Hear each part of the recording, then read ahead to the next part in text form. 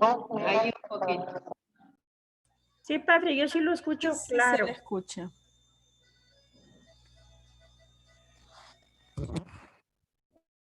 Se escucha perfecto. Ahí me escuchan. Sí, sí. No hay problema, padre, sí se escucha. Está bien, padre. De pronto Creo es que el debe audio. ser problema de mi audio. De pronto es el audio de la compañera que tiene una interferencia por ahí. Estamos bien por acá, padre. El audio como puede ser el internet. Ajá. Sí, puede ser el internet. Hola, Bueno. Ya, bien, entonces ahora estamos entrando, lo que hemos dicho anteriormente, ¿no? Ese reino de los cielos, cómo se comprende en el Antiguo Testamento, en el Nuevo Testamento, que es la misma persona de Jesús. Ahora Jesucristo utiliza una herramienta fundamental dentro de dentro de su vida misma, y que es esta figura literaria, sí, esta figura literaria de las parábolas, Y la parábola tiene su significado, viene de la palabra griega parabolé, significa comparación. Esto tengámoslo bien en cuenta. ¿Qué es una parábola? Es una comparación. Corresponde al término hebreo mashal, que sin embargo tiene un significado más amplio. Mashal, alegoría, proverbio, adivinanza. ¿Sí? Es decir, con la expresión hebrea de mashal tiene una riqueza más grande, más fuerte, ¿no? Que significaría comparación, alegoría, proverbio, adivinanza, ¿no? Adivinanza. Mientras que parábola, después traducido del hebreo del mashal, el mashal traducido al griego sería parabolé, y parabolé al castellano sería parábola, que sin embargo tiene un significado más amplio, ¿no? El Evangelio, bajo este término de parábola, nos ofrece toda esta amplia gama de matices que encierra el término hebreo. Esto, no obstante, es un buen número de definición. La parábola es el género ciencial, pues es un relato breve que entraña una enseñanza con unas características muy concretas. Entendamos esta parte. La parábola tiene una enseñanza sapiencial, que pertenece al género sapiencial. ¿Y dónde encontramos este género sapiencial? En el Nuevo Testamento, sí lo encontramos, pero también primeramente lo encontramos en el Antiguo Testamento. En los proverbios, en los adverbios, en los salmos, encontramos este género sapiencial, y en otros libros de la Biblia. Pero tiene unas características muy concretas. La parábola es breve, en algunos casos.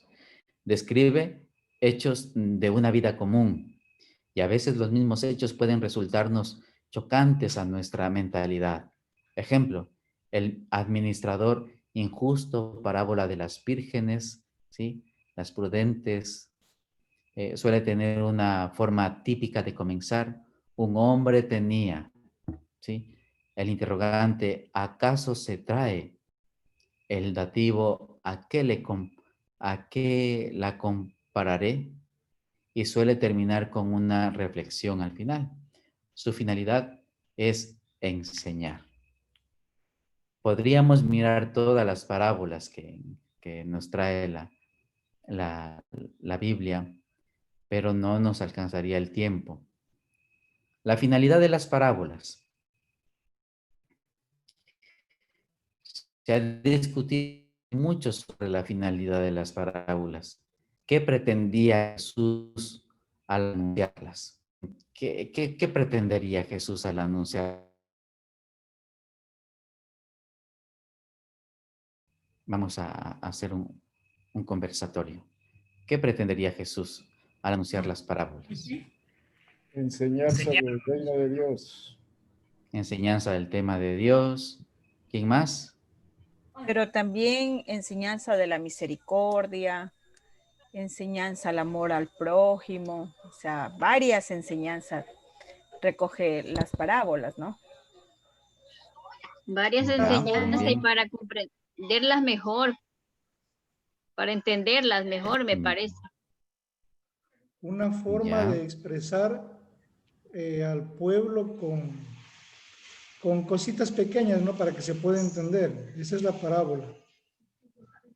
Ya. De las injusticias. Las injusticias.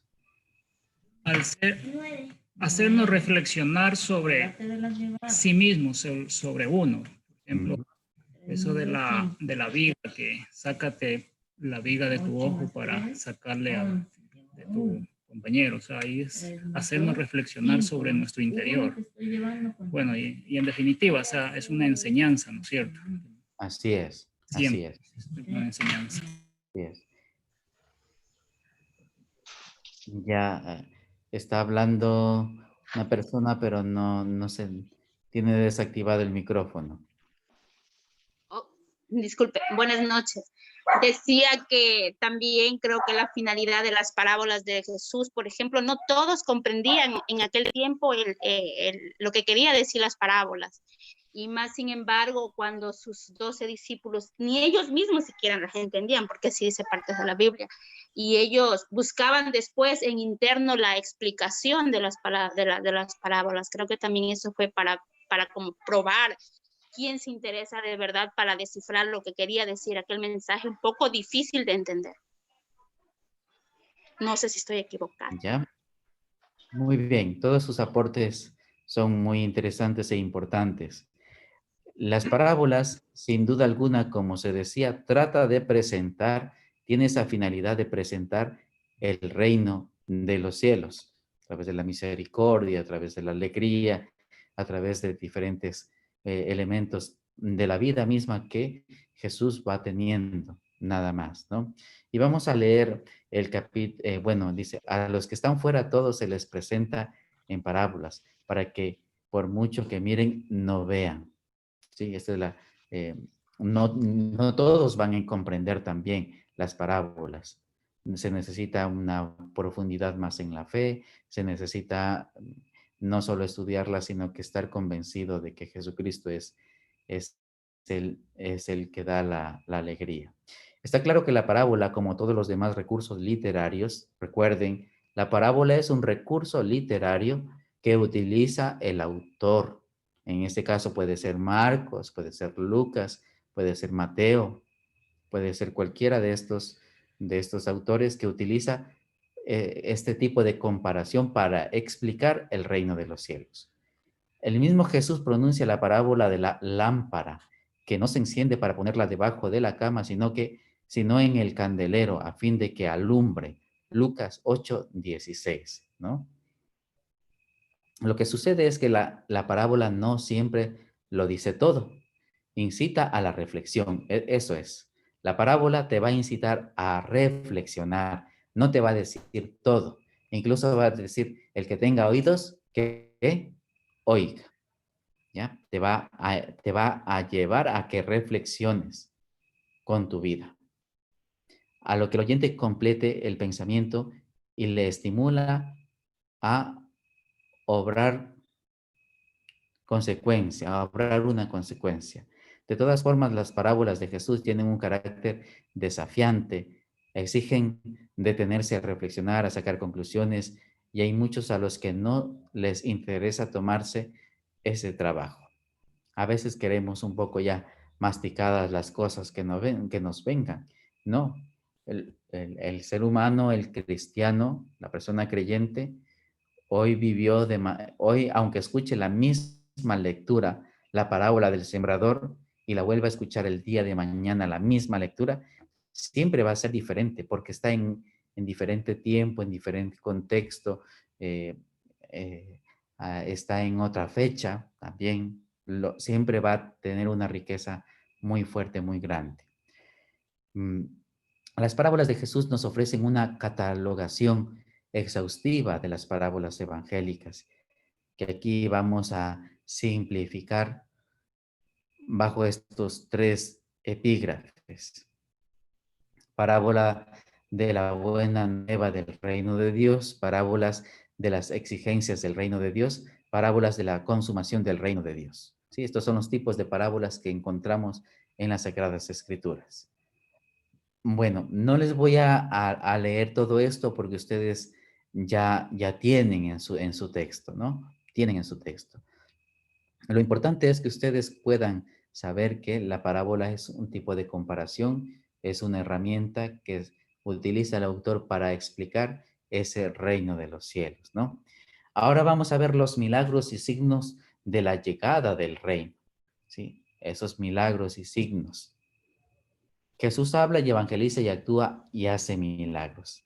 Debemos superar el riesgo de considerar los milagros de Jesús únicamente como un simple apoyo para sus palabras. Los milagros de Jesús no son simple apoyo. Refrendo del evangelio de Jesús, sino que ellos son también evangelio. También ellos nos transmiten el mensaje salvador de Jesús. No son, pues, como algunos podrían pensar, una añadidura posterior a los relatos de la predicación de Jesús, sino que están formando una inseparable unidad entre ellos. También tiene la historicidad de los milagros de Jesús. Uno de los milagros de Jesús es las bodas de Caná, que convierte el agua en vino. El ciego de Bartimeo, entre otros milagros, ¿no? El significado de los milagros. Hoy se tiende a desvalorizar el milagro. Se suele decir, nos molestan los milagros. En otros tiempos creyeron por ellos. Hoy creemos a pesar de ellos. Sin embargo, Jesús valoró la fuerza de los milagros. Las obras que hago en nombre de mi Padre son las que dan testimonio de mí. Aunque a mí no me creáis, creed por las obras. Juan capítulo 10, 25, 38. Signos de la llegada del reino de Dios. Vamos a centrarnos en esta parte de aquí. Id y contad a Juan lo que oís y veis.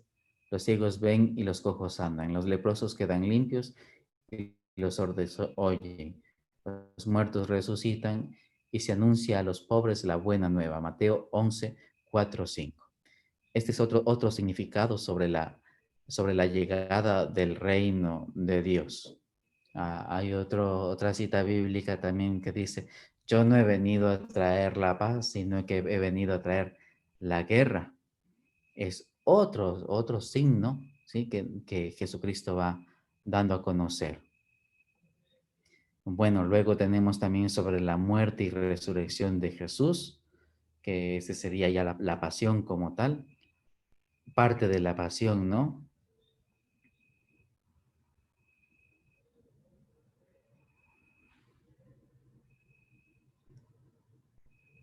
Bueno, vamos sobre todo a mirar la resurrección de Jesús, cumbre de su acción salvadora.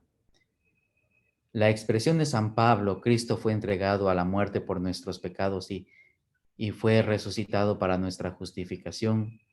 No hay que entenderla como si se tratara de dos acciones distintas. Por la muerte de Jesús, que nos perdona los pecados, y por su resurrección somos justificados.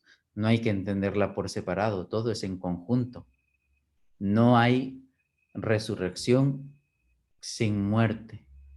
No hay resurrección sin crucifixión, nos dirían los teólogos. Pero todo es junto para llegar a la salvación. Ese es un punto muy importante en nuestra reflexión teológica y nuestra reflexión catequética. No solo presentar, porque a veces solo se presenta un Jesús que es sufriente, un Jesús que llora, un Jesús que está en esas situaciones de dolor, ¿no? Sino que hay que presentar la resurrección, de la muerte a la resurrección. ¿En qué consistió la resurrección? Resucitar no es revivir, no es una simple reanimación corporal. Lázaro revivió, volvió a la vida que tenía antes. Es diferente, Lázaro revivió. Y por eso tuvo que someterse de nuevo a la muerte. Resucitar es vencer definitivamente a la muerte, es alcanzar la vida en plenitud. En los evangelios nos hablan de la resurrección como una doble serie de textos. Los relativos al sepulcro vacío, los relativos a las apariciones. En realidad, no hay ningún pasaje evangélico que nos describa el hecho mismo de la resurrección.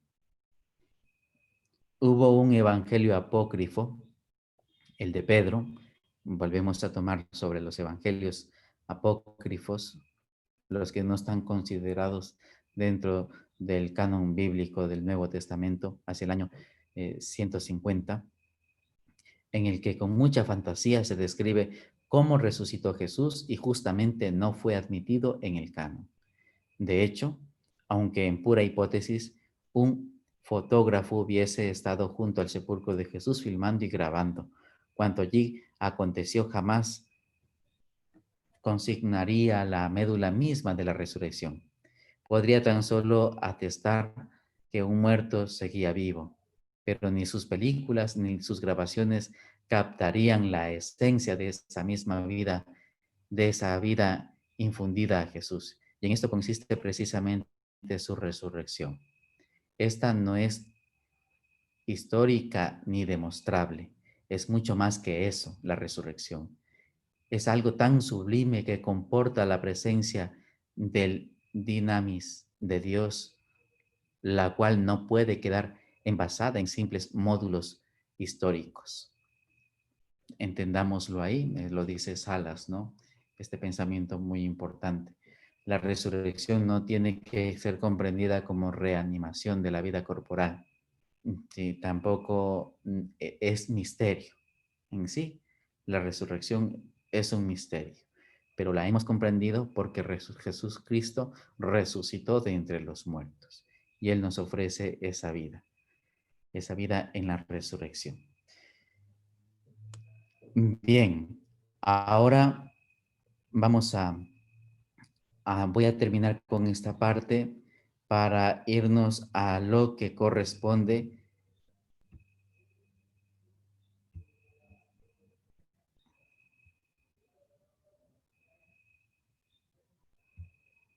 ya.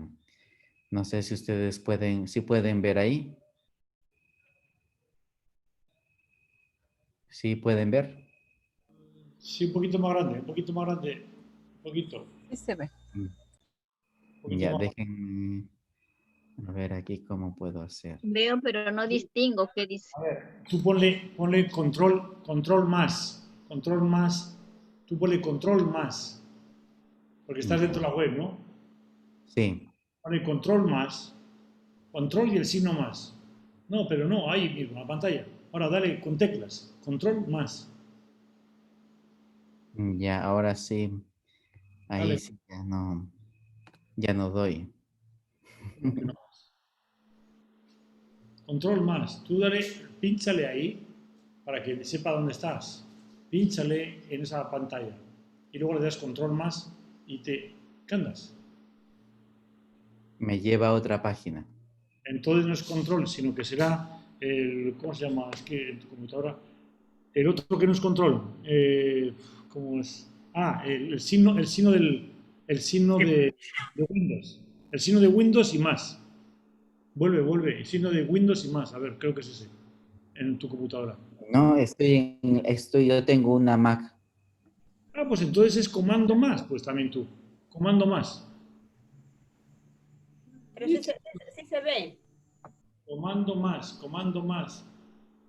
Me doy. No, pero tienes que marcar la pantalla. Le marcas la pantalla. Ahí, marca la pantalla. Ahora control, ahora dale comando más.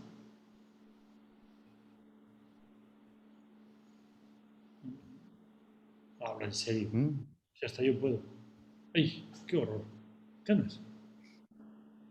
Bueno, le voy a enviar a usted Ya bueno, ya me envías el... Ya, para que me dé. Sí. Ahí fue. Vamos a ver, Jimmy. Paredes. Muy bien. Ya, voy a dejar de compartirla. Ahora sí. Bueno, la tecnología me ha superado. Ya. Vea la campana. Ya. La completas. Ahí está, ahí sí se ve más mejor, ¿no? ¿A dónde quieres ir? Hola. Hola. Ahí está mejor, padre. Sí, ahora vamos a verlo todo eso. Les pido por favor que busquen justamente, se ha leído el Evangelio de Mateo capítulo 5, versículos del 3 al 12. Y saquen todos la Biblia y vamos a leer, a ubicarnos en el texto bíblico, porque vamos a hacer la exégesis que les había prometido. ¿Y dónde voy ahora yo? Padre, Mateo 5 dijo. Sí. Es el discurso del monte, el reino de Las bienaventuranzas. sí, las bienaventuranzas. Ya cuando todos hayan tenido el texto bíblico, entonces, bien, vamos a pedirle a doña Maribel que vuelva a leer el texto bíblico.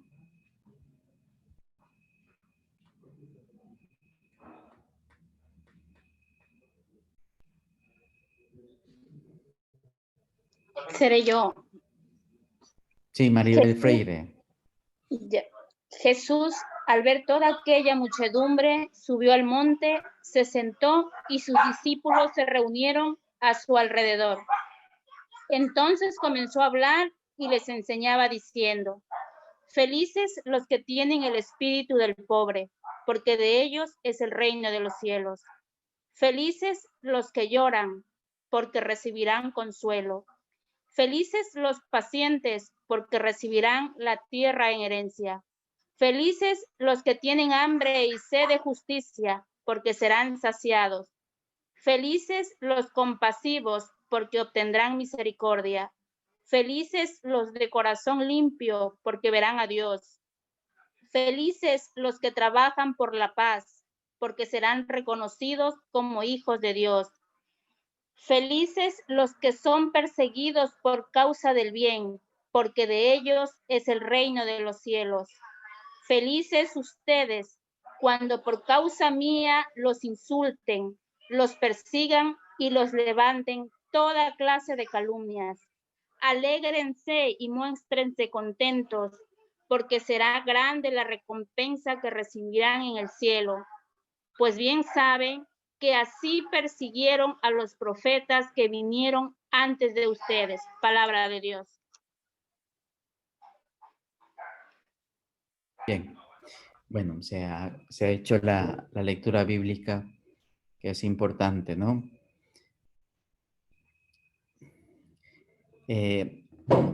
Se hace de diferentes maneras la exégesis, ¿no? Voy a aplicarla. El Padre Jesús me dirá que para hacer la exégesis bíblica hay que tomar en cuenta 3 elementos: el texto, el contexto y el pretexto. Serían 3 elementos, ¿sí? Pero en cambio yo voy a tomarlo, la diacronía, que va a describir precisamente es un punto de vista estático sobre esa realidad del texto bíblico. Y la sincronía, que se refiere en el momento o por el cual se escribió el texto. Vamos a ver la sincronía. Primero hay que tener el texto bíblico, que es la cita bíblica, que se ha tomado del capítulo 5 de Mateo, versículos del 3 al 12, que habla sobre las bienaventuranzas. Diacronía 1. Es el sermón del monte. Primero, la diacronía es el título como tal que tiene esta cita bíblica.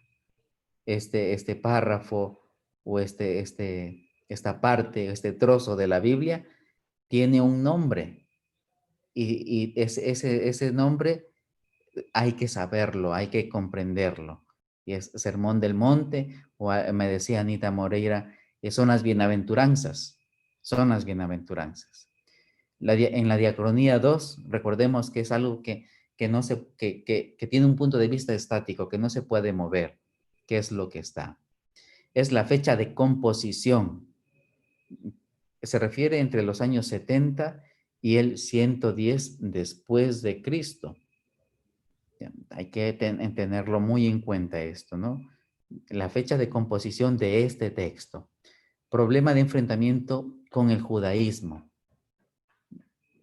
Se escribe este texto en ese enfrentamiento con el judaísmo. División y tensiones propias de una segunda generación de cristianos. ¿Sí? Recordemos, la primera generación de cristianos estaban al pie de Jesús, los apóstoles, ¿sí? Comprendieron. Pero ahora hay como esa división y esas tensiones propias de la segunda generación de los cristianos, Hay una postura también intransigente con el grupo de los grupos de los judíos, ¿sí? Hay una postura intransigente con el grupo de los judíos. Y muy especialmente con el grupo de los discípulos de Jesús. Es decir, que hay una disputa ahí, hay una pelea. El texto bíblico nos está llevando a comprender que esas bienaventuranzas, voy a volver al texto bíblico, esas bienaventuranzas o esa oratoria, o esas palabras de Jesucristo que dice, bienaventurados los pobres de espíritu, porque de ellos es el reino de los cielos, lo está precisamente Jesucristo haciendo entender, porque hay también un problema dentro de la comunidad.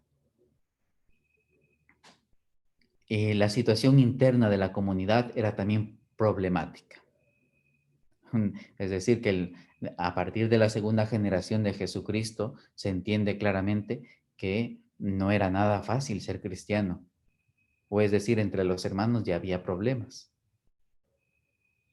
Es como también en nuestras generaciones, también no es fácil ser cristiano, también tenemos problemas a veces entre los mismos catequistas, entre los mismos grupos apostólicos, etcétera, problemas internos. La diacronía 2, falta de desprendimiento material. No hay abandono total en Dios.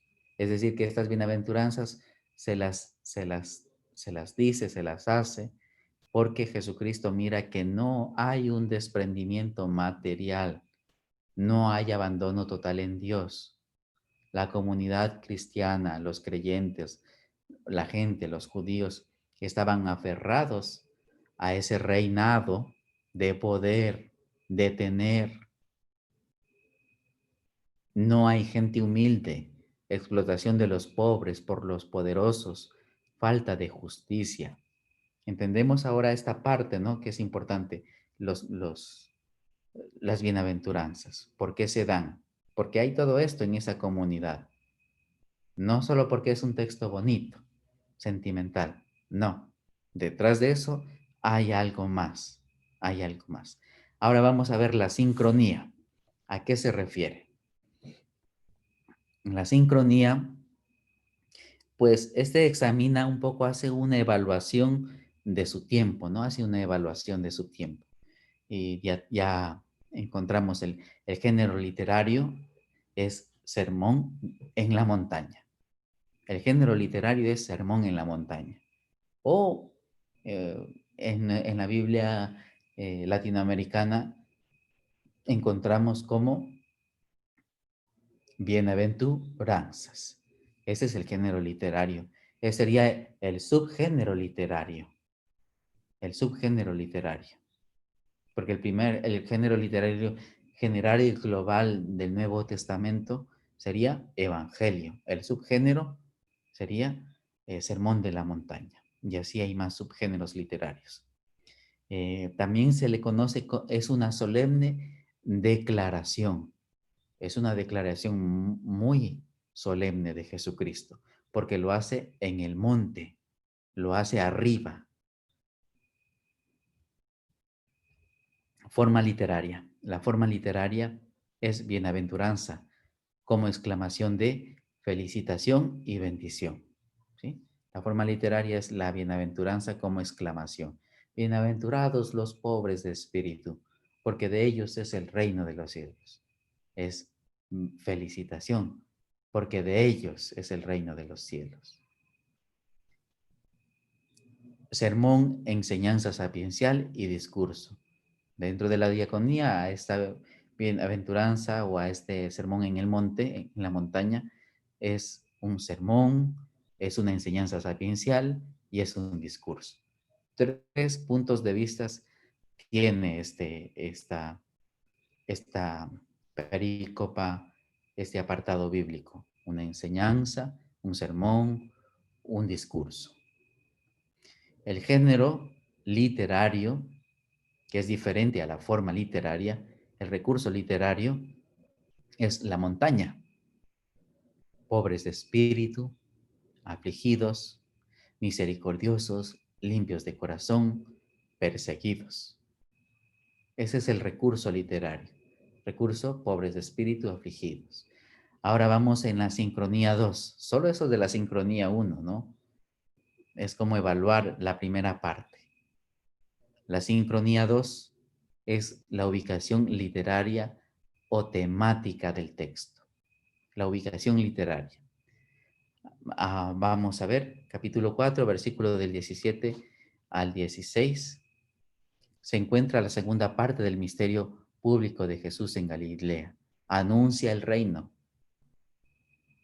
Capítulo 5, versículo del 1 al 12, propiamente del sermón en el monte, se encuentra en la sección que describe la auténtica felicidad. La bienaventuranza es un programa son pautas que giran en torno al cristiano para llevarlo a la auténtica felicidad. Comienza una nueva etapa de la salvación. Es decir, con las bienaventuranzas, ¿qué es lo que nos quiere proponer? Nos quiere proponer una felicidad, la auténtica felicidad. Este capítulo se encuentra en la sección y donde se anuncia el reino de Dios. Es importante saber qué hay antes de la cita bíblica Sermón de la Montaña y después de la cita bíblica del Sermón de la Montaña. El antes y el después. ¿Qué es lo que hay? Porque eso nos da como una pauta importante para poder entender sobre qué se está refiriendo. Ahora en el capítulo 4, versículos del 17 al 15, se encuentra antes del anuncio del reino de los cielos. Mateo pone en los labios de Jesús el reino de los cielos. Con las parábolas y hechos hace evidente que Dios ha comenzado a reinar. En el capítulo 5, del 13 al 16, es sal y luz del mundo, que se encuentra después del sermón del monte. Los que viven las bienaventuranzas serían los que se convierten en sal de la tierra y luz del mundo, es decir, el fermento de la buena humanidad. La buena noticia debe hacerse presente en el testimonio, con el testimonio de vida. Ese es en sí, ¿no? Por eso se les dice, ¿no? Es importante saber que hay antes de esta perícopa y después de esta perícopa, que eso nos ayudará a comprender más esa cita bíblica. Ahora vamos ya a la exégesis. Bueno, a ver, el Mateo sincronía 3, ya es la concordancia del texto. Ahora vamos a concordar con algunos textos de la Biblia. Está en Mateo 5, y capítulo 1 y capítulo 2. También hay una relación con el versículo 23 y 25 sobre la enseñanza y una actividad característica de Jesús. Es decir, Jesús cuando dice bienaventurados los pobres de espíritu, está enseñando. Y en el capítulo 4, versículos 23 y 25 también vamos a encontrar otra enseñanza. Capítulo 5, versículo del 1 al 12, Lucas 6, del 12 al 13, subir a la montaña en el aspecto bíblico siempre da a conocer la misericordia de Dios. El lugar de la enseñanza es en el monte. Significa también ascender a la altura de la fe, ¿no? Luego Mateo 5, capítulo 5, versículos 3 al 4, con Isaías 61, 1, 3, se refiere a los pobres que han puesto su confianza total en el Señor. Mateo mira la misión como una buena noticia. En Isaías Dios da la misión de mensajero. Y ahora sí vamos a ver lo que es la exégesis. Subimos un poco. La exégesis se puede hacer de diferentes maneras, de diferentes formas. Se puede hacer agrupando, se puede hacer todo en su conjunto, agrupando por secciones a esa perícopa, por partes, o todo en su conjunto, o versículo por versículo. Entonces, vamos a ver versículo por versículo qué es lo que quiere decir esta perícopa que hemos leído sobre el Sermón del Monte o las bienaventuranzas. Viendo la muchedumbre. El sermón está dirigido a las muchedumbres.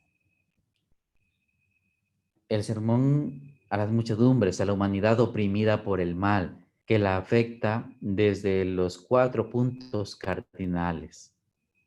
Las palabras que siguen son la terapia que los convierte en hombres nuevos con la misma sabiduría del Hijo.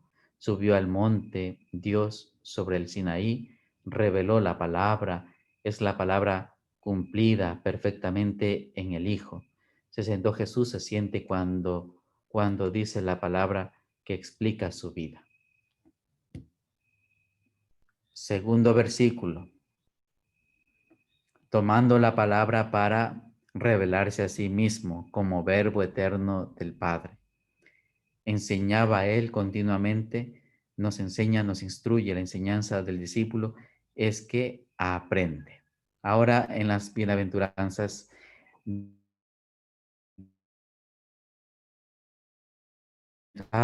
dichosos, 8 veces más una resuena en esta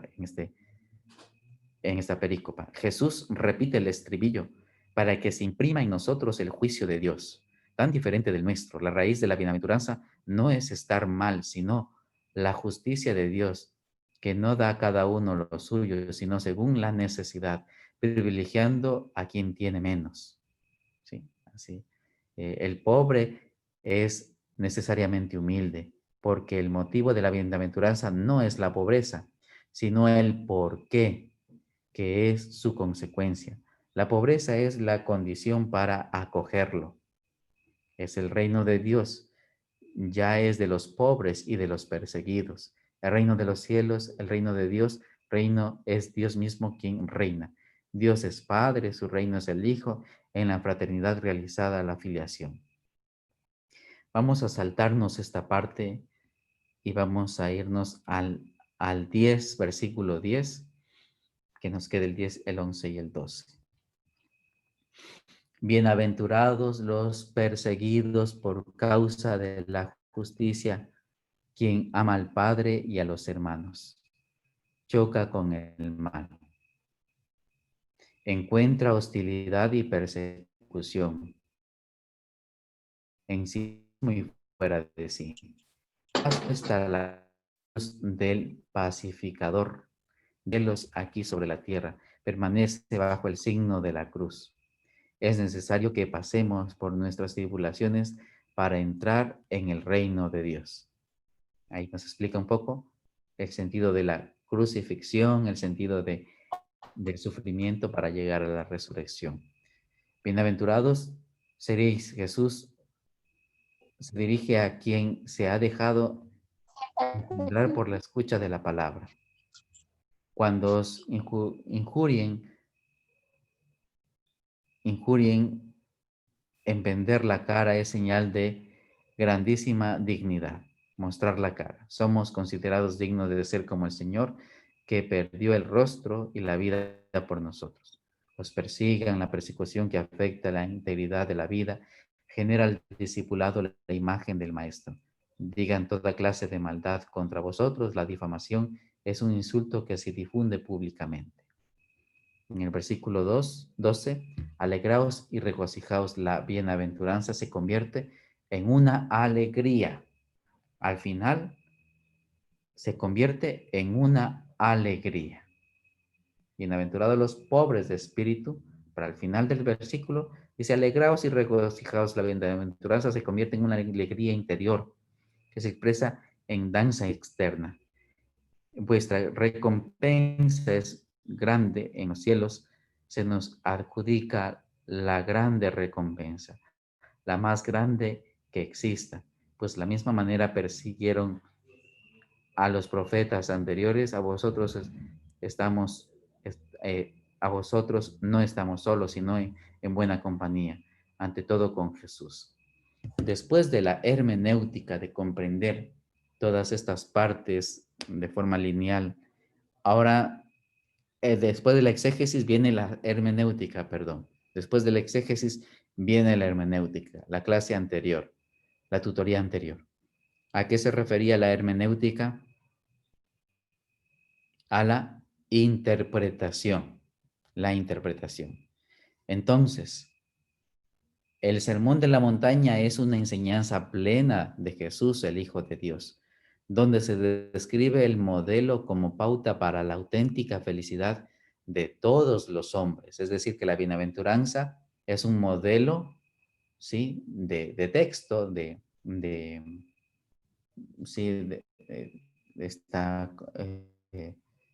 es un modelo literario. La vida de Jesucristo que propone es ejemplar para encontrar la auténtica felicidad. En el Evangelio de Mateo describe que las bienaventuranzas son una enseñanza divina. Entendamos, Mateo describe una enseñanza divina. No es una enseñanza humana, es una enseñanza divina. Además, Jesús muestra el rostro del Padre con este discurso sapiencial. ¿Y qué rostros encontramos en este discurso sapiencial? Pues tiene diferentes rostros este discurso.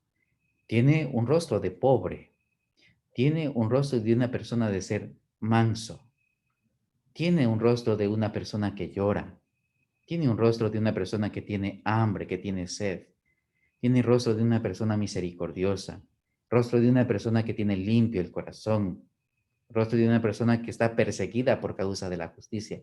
Este es el tipo de rostro que tiene ese Padre que se encuentra, que nos presenta Jesucristo, que es el reino de los cielos. El evangelista Mateo encontraba dificultad con la comunidad judía, como se decía. Encontraba a Mateo una dificultad con la comunidad judía para dar a conocer el mensaje de Jesús, cuyo mensaje impregnaba vida radical en el ambiente político-religioso. Sí, con este discurso es fuerte para dar a conocer el amor del Señor. Es por eso que en este discurso divino encontramos actitudes del cristiano. Por eso nosotros, mirando este prototipo de regla de vida, seamos capaces de abandonarnos con plena confianza en Dios y así seguir dando testimonio auténtico de vida cristiana, desde la humildad, sencillez y amor para con todos los demás hermanos necesitados. Salimos de esta presentación. Bien. No es tan difícil hacer una hermenéutica. Este texto lo pueden ustedes encontrar en el internet. Hay varios ejemplos. Sí, hay varios ejemplos. El Sermón de la Montaña. También se puede hacer con la oración del Padre Nuestro. Diferentes, toda la Biblia se puede realizar un ejercicio de exégesis.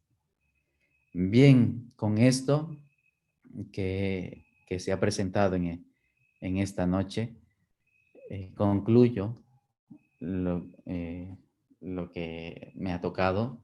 Bueno, se ha preparado y continuaremos en el mes de enero de aquí en adelante. ¿Alguna pregunta? Yo quiero escucharles sobre todo aportes de ustedes.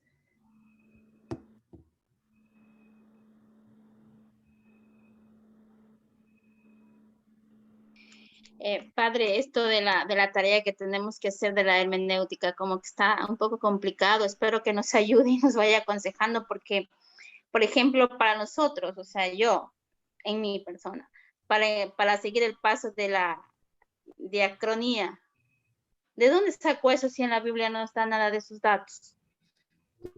O sea, para ir haciendo Esos datos se pasos que son- encuentran, ya, esos datos se encuentran al inicio en la Biblia latinoamericana, está como una breve introducción a lo que hay. Ahí se encuentra, pero hay que leerlo detenidamente para encontrar en qué problemática se escribió, en qué contexto se escribió el Evangelio. ¿Ya? Ya. Eso es. Va a estar un poquito complicada. Contestará, por favor, las preguntas para ir haciendo. Bueno, Y, no hay que mirarlo como complicado, hay que mirarlo como una oportunidad para exigirse. y otro aporte que quiero dar es sobre los folletos que nos daban. No sé, quiero que me confirme o si de pronto yo estoy equivocada, que la forma de comportarse de Jesús era como muy radical, porque él daba sus discursos, a unos les causaba admiración, a otros les causaba odio, pero también su amor era tan grande que él no excluía a nadie, porque él prefería, dice, a los pobres y a los ricos, pero a los pobres y a los marginados, pero también compartía con los ricos. O sea, era para todo, pero era radical, era muy radical, o yo lo estoy malinterpretando, porque siempre iba contracorriente.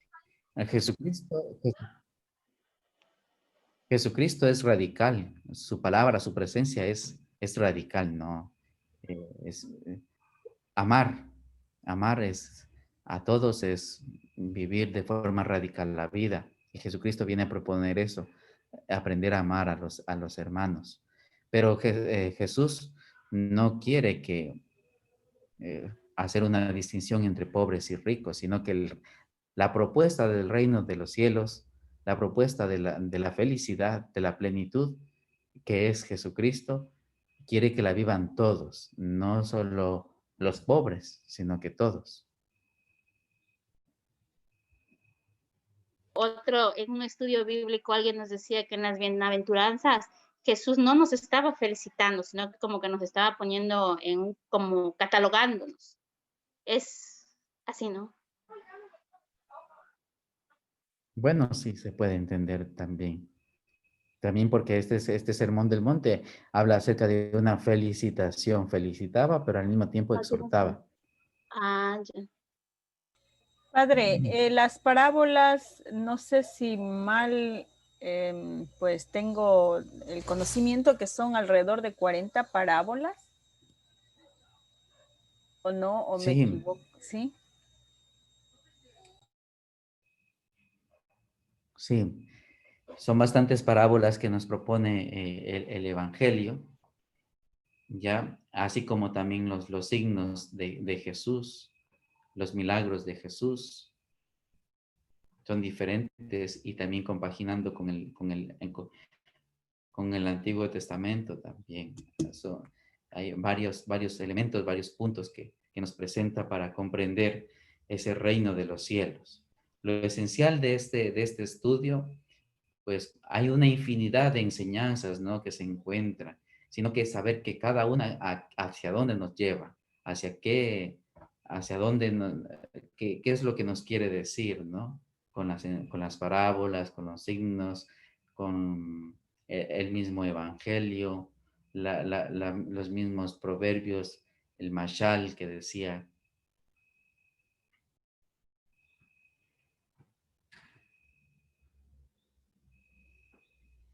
Bien, vamos a preguntarle ahora a don Mario Salinas.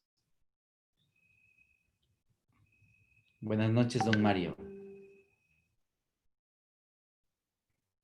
Buenas noches, padre.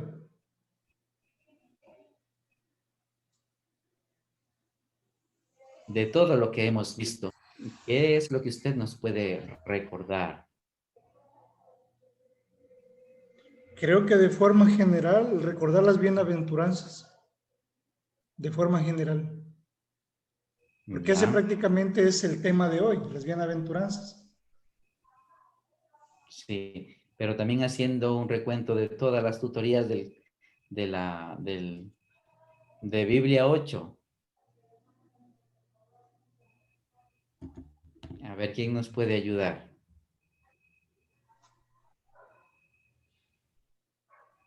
Mari Castillo.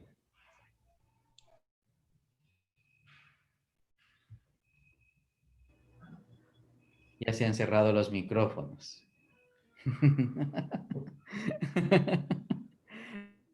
Ya No, corrieron. tranquilos, tranquilos. Despierten, despierten, Es despierten. importante, ¿no? Bueno, un poquito pues hacer tal vez un recordatorio del trabajo que hemos pues realizado durante esta semana. Hemos empezado con los evangelios, el cual se ha tratado de entender, ¿no?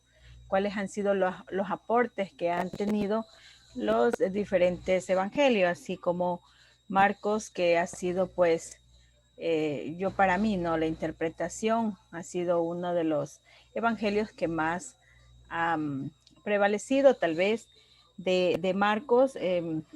Sale o hace una aportación a Lucas y a Mateo. Asimismo hay un origen, no sé, un origen desconocido o cómo se le puede llamar, de que también hace aportaciones y que los diferentes evangelios lo recogen, ¿no? Origen, algo de origen, no recuerdo bien. Entonces, pues hemos visto en el contexto de los evangelios como que figura literaria, y ahora pues se menciona sobre el reino de los cielos, que hace una aportación de Mateo, se refiere así, ¿no? Y también Marcos y Lucas, que habla del reino de Dios, con una interpretación que yo o sea, es lo mismo al referirse el reino de los cielos y el reino de Dios, ¿no? Hemos visto acerca de la naturaleza, a ver, ¿qué sería esto?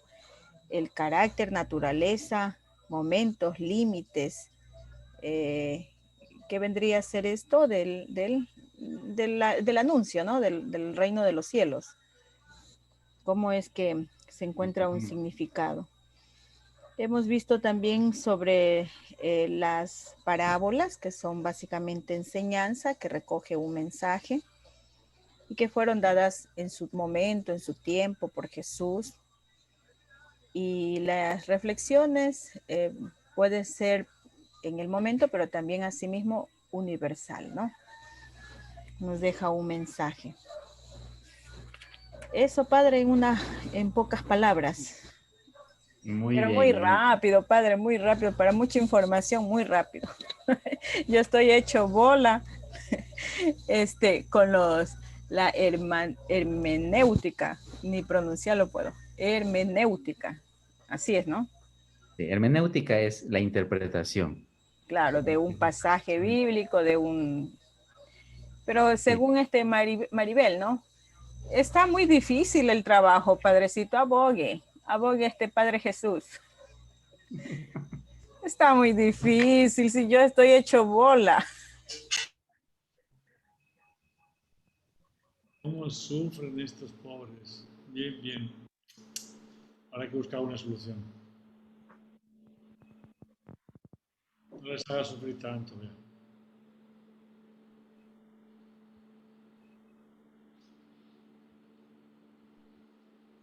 Hola Jimmy. ¿Estás ahí? Sí, sí, sí.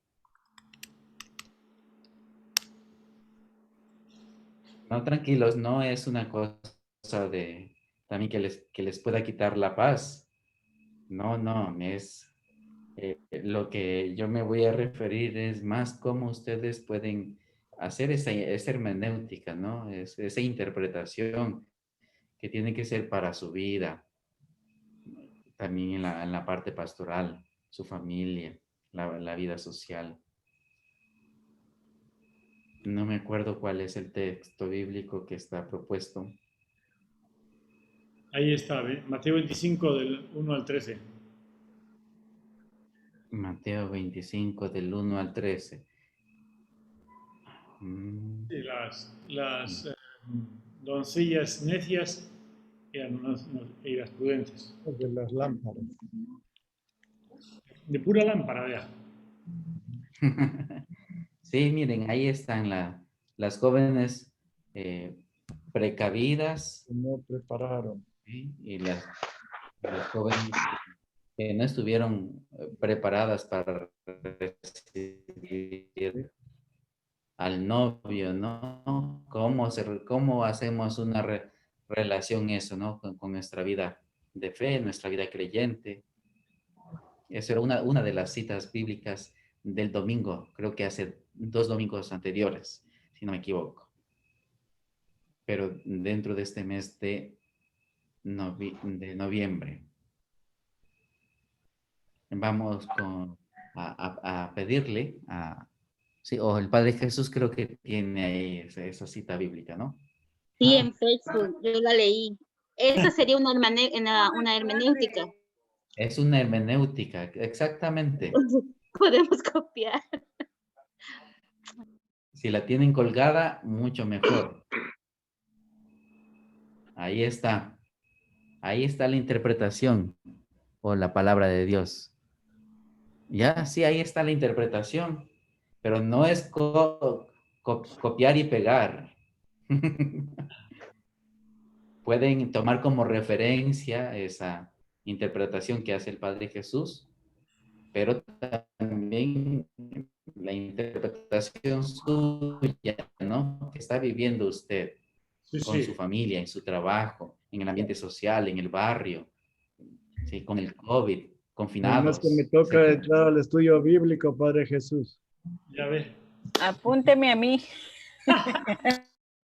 Padre Jesús, en el estudio bíblico hagamos una hermenéutica paso a paso para que nos prepare y luego hacernos una nosotros solos. Eso lo hacemos siempre. Cada sábado lo hacemos. Muy bien. Pero yo no he visto la diacronía, la sincronía. Ah, no, yo no empleo esas palabras tan elegantes. Yo, eso soy yo. Bueno, entonces, un alumno más. Prácticamente hacemos lo mismo, sin emplear esas expresiones. Sí, sí. Sí, es una forma nomás, es una manera. Hay diferentes maneras de hacerlo. Uh-huh. Eso es lo que hacemos todos los sábados, básicamente, de un modo o de otro modo. Claro, cada uno tiene su estilo, como dice Jimmy, ¿no? Y ahora quedo más tranquila porque yo me imaginaba hacer eso, sincronía, diacronía y no sé qué más, en IA, terminados en IA. Entonces yo estaba hecho bola, pero si se es una relación... Estabas en una Perdón. agonía, Anita. Agonía, Antonio. Sí, te están llevando a una agonía, hermana. No, Sí. tranquila. Vale, ánimo.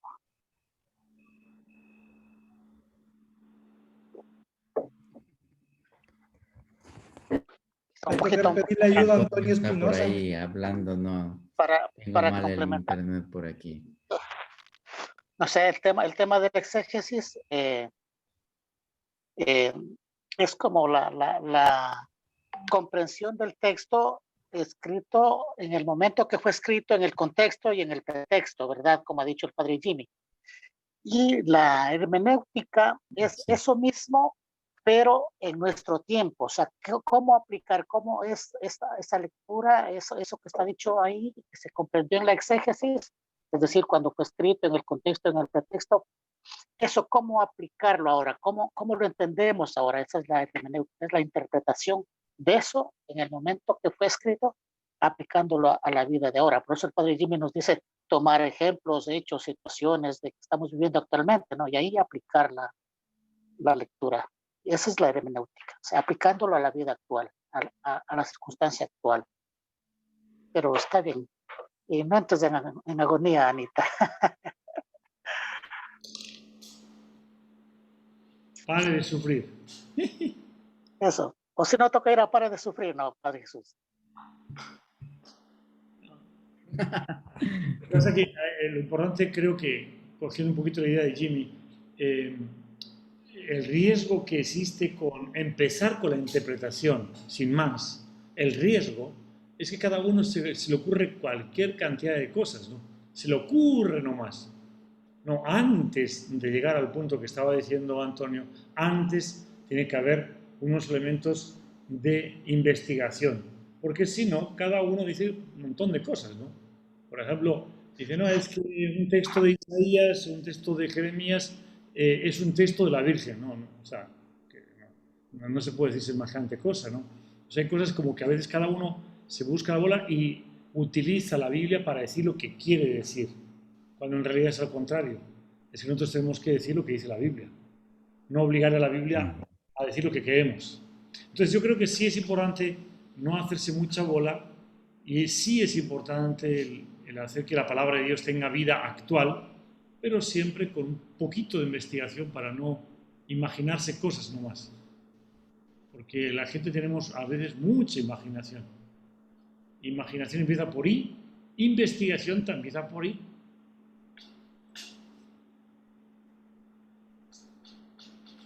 Bueno, la Mari está ya medio cansada y con frío. Eso es un signo ya. Padre, estoy bien cansada. Está haciendo mucho frío. Y mucho ruido. Bueno, oye, creo que nos podemos dar ya por satisfechos por el día de hoy. Llevamos ya hora y media, ¿no? Más de hora y media. Y, no, como 7, sí, hora y media. Y yo creo que vale la pena, de todo lo que hemos dicho, una sugerencia por ahí, una indirecta que te han lanzado el vídeo, es que a las preguntas que te van a hacer o te están haciendo, échale un ojo para responderles. Si entendiste la indirecta. Yo creo que eso Totalmente. Sería... y para que eso ayude... Sí, hermenéuticamente entendiendo. Para que lo que estaba aquí pendiente todavía, pues luego pueda vislumbrarse. Porque yo creo que esta noche hemos hecho mucho y creo que ya hemos llegado al punto de decir, qué bueno, ahora vale como digerir todo esto, ¿no? Y gracias, Jimmy. Yo creo que Sí. de oración de tu parte y podemos acabar. Bueno, quiero agradecerles por esta oportunidad que siempre nos dan a los tutores de, sobre todo, acompañarnos en esta formación, que nos acompañamos juntos, ¿no? Agradecerle a Dios, agradecerle a los misioneros por estos temas que estamos aplicando. Vamos a pedirle a la Santísima Virgen María que ella también nos cuide, nos proteja y nos haga ver la realidad con ojos de misericordia que alguno decía. Vamos a rezar juntos el Ave María. Dios te salve María, llena eres de gracia, el Señor es contigo. Bendita eres entre todas las mujeres y bendito es el fruto de tu vientre Jesús. Santa María, Madre de Dios, ruega por nosotros pecadores, ahora y en la hora de nuestra muerte. Amén. En nombre del Padre, del Hijo y del Espíritu Santo. Amén. Una feliz noche y nos vemos en el 2021, Gracias, Dios mediante. Padre Jimmy, con todos, buenas noches. Cuídense. Muy bien. Gracias, Padre. Pónganse las pilas, Milva, pónganse las pilas. Padre, lo que pasa es que no iba bien el audio, pero que sepa el Padre Jimmy que he leído el primer texto, pero lo que es hermenéutica y exégesis no he estudiado aún, no he investigado y por eso no he podido participar con preguntas. Pero de ahí de lo demás, ya evangelio ya está bien aprendido. Agradecerle al Padre, muchas gracias por este mes enseñarnos muchas cosas más. Y que se lo extraña por acá, por Sacha. Bueno, qué pena, pero tenés que seguir extrañándole. Así va a tocar. Ya queda menos de un año ya. Sí. Muy bien, una buena noche, que Dios les bendiga. A todos, pasen bien. Hermanos. Buenas luego para- noches, buenas Chao. noches.